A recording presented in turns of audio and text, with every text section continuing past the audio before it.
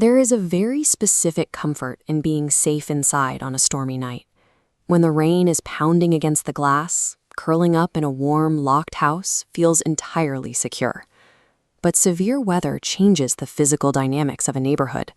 A heavy storm keeps your neighbors indoors, behind closed blinds. It clears the streets of pedestrians, dog walkers, and casual bystanders. You are effectively isolated.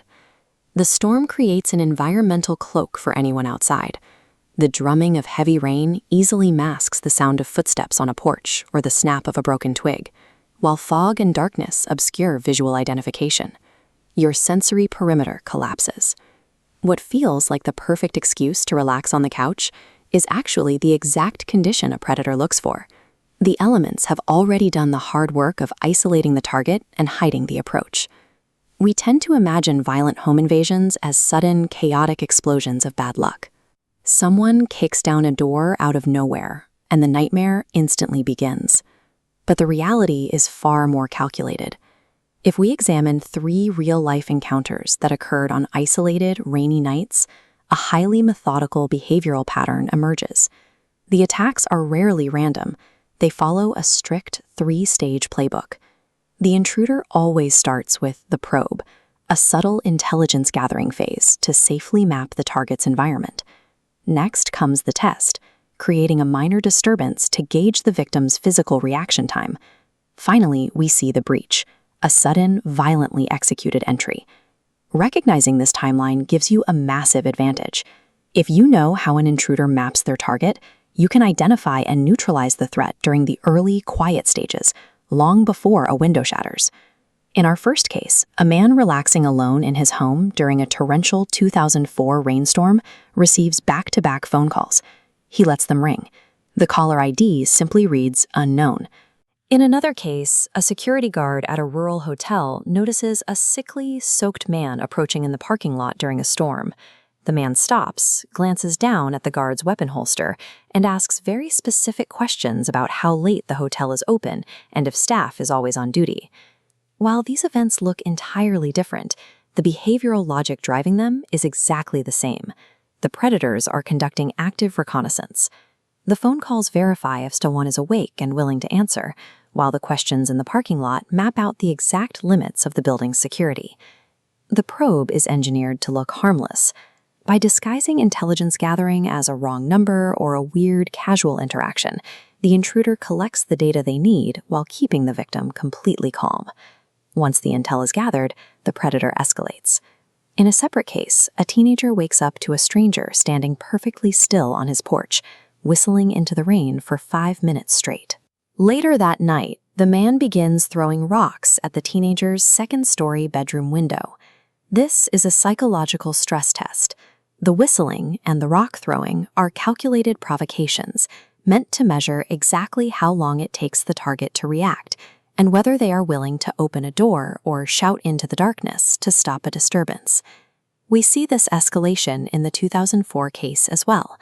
After the unanswered phone calls, a masked man approaches the front door. He leans his head heavily against the fogged-over peephole, remaining silent, actively listening for any movement or verbal challenge from inside the house. This phase exploits your natural desire to avoid conflict.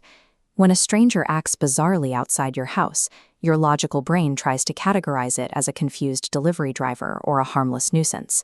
The predator uses that rationalization to push the boundaries further. As soon as the test confirms the victim is either vulnerable, isolated, or entirely passive, the slow and methodical pacing instantly vanishes. The teenager who ignored the whistling goes downstairs to investigate the rock throwing.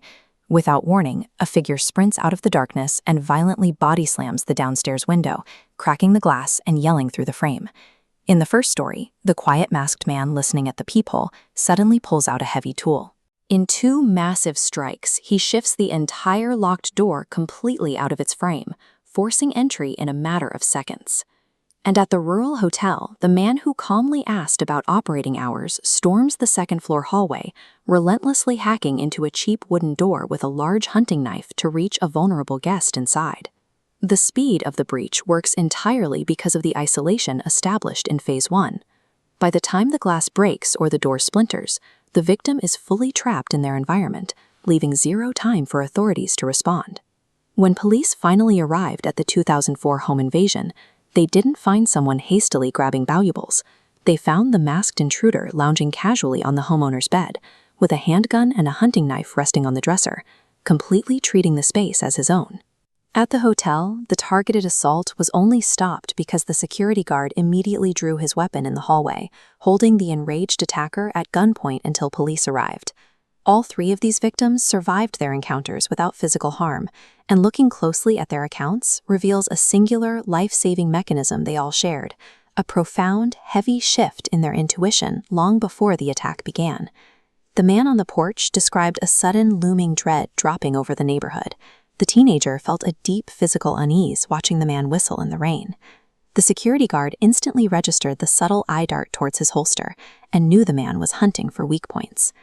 People often brush these feelings off as irrational paranoia, but they are actually your body's early warning system, activating a threat response before your conscious brain has time to formulate a thought. In high-stress moments, human logic can become a liability. Your conscious mind wants you to be safe, so it will happily invent comfortable excuses for a stranger's terrifying behavior just to avoid acknowledging the threat standing on your porch. Intuition doesn't care about your comfort. Your primitive instincts are rapidly calculating thousands of micro-anomalies, abnormal posture, lingering eye contact, actions that don't fit the weather, and sounding the warning bells before you even know why. When a heavy storm clears the streets and forces you into isolation, your gut feeling is your true first responder. Dismissing it means ignoring the fact that someone is already running their playbook on you.